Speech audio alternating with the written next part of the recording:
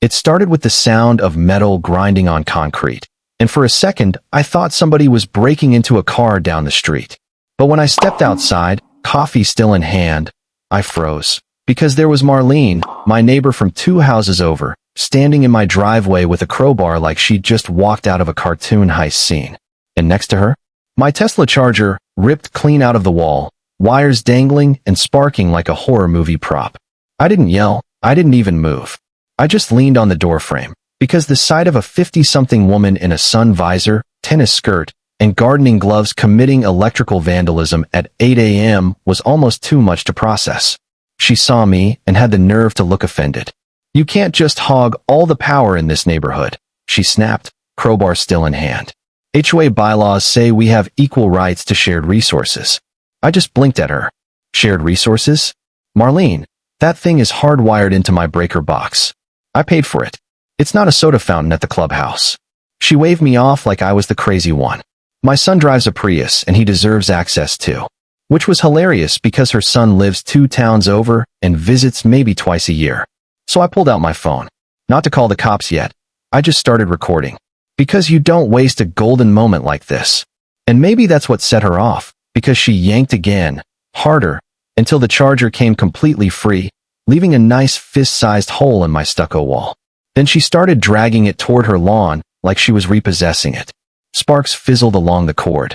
I couldn't help it. I laughed. "Marlene, when you see the repair bill, you're gonna faint. Tesla doesn't exactly do discount menus for this kind of thing." Sure enough, her face flushed red, but she didn't stop. She plopped the Charger in her yard like a trophy and crossed her arms. "Good. Let them send me the bill.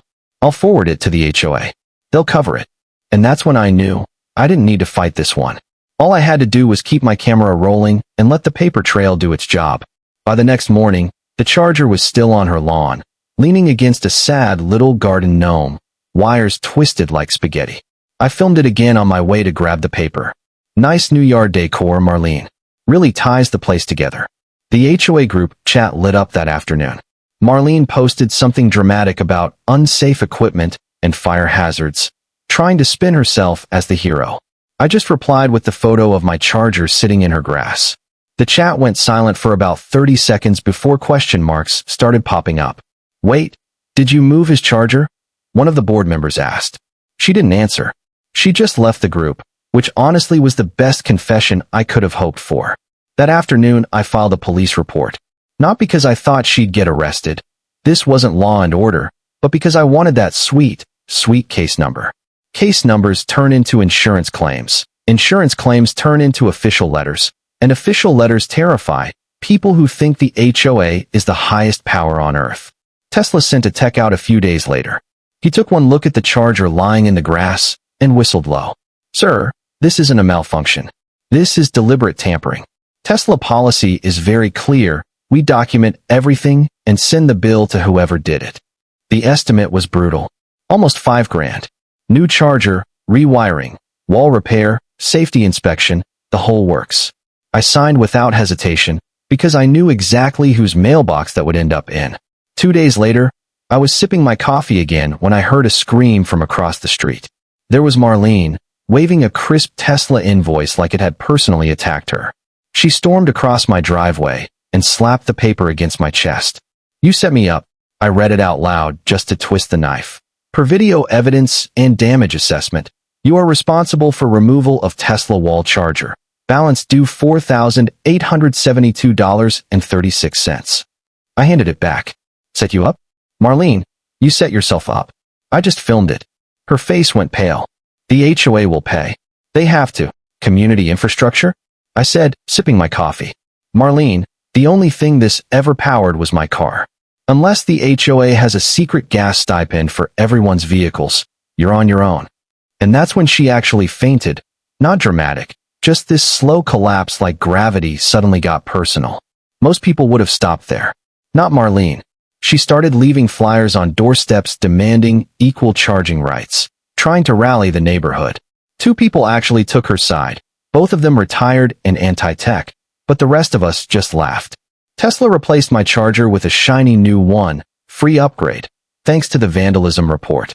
It even had tamper alerts that pinged my phone if someone messed with it. which is how, at 2 in the morning a few nights later, I caught Marlene sneaking into my driveway with a flashlight in her mouth and gardening shears in her hand, hacking at the cable like she was trying to prune a hedge. I opened the side door and leaned against it. Marlene, that's 240 volts. You're one snip away from becoming a cautionary tale. She hissed at me like a raccoon. You can't have exclusive access. This is community property. I nearly laughed. Community property? It's literally on my power bill. You want a piece? Call the power company and get your own meter. She tried one last cut. Sparks shot out and singed her sleeve. Then she screamed and bolted, leaving the shears in my flower bed. From that point on, it was like watching someone unravel in real time.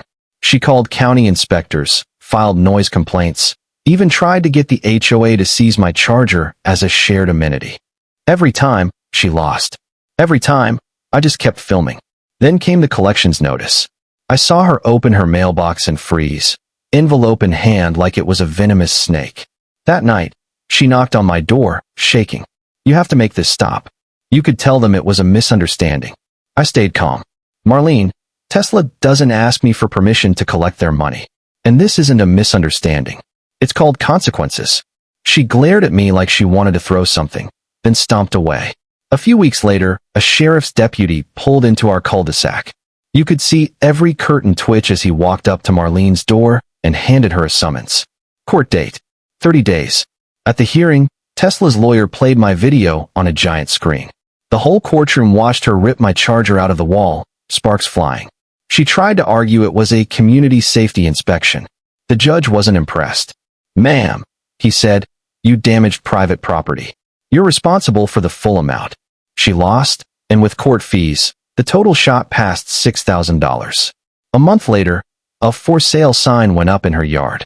Watching the moving truck pull away was the most peaceful Saturday morning I'd had in months. I stood on my porch, coffee in hand, and quietly said, charge complete. The HOA even updated the rules to make sure this never happens again. And me? I got my driveway back, a brand new charger, and a $250 Tesla credit as a thank you. But here's the part one keep thinking about. Marlene wasn't just mad about the charger. She was mad about losing control, about not being able to bend the rules her way. And when the system finally said no, she couldn't handle it. So what do you think? Was I right to let the legal system take its course, or should I have given her a chance to make it right before it got this far? Let me know in the comments. I'm curious how you'd handle a neighbor like that.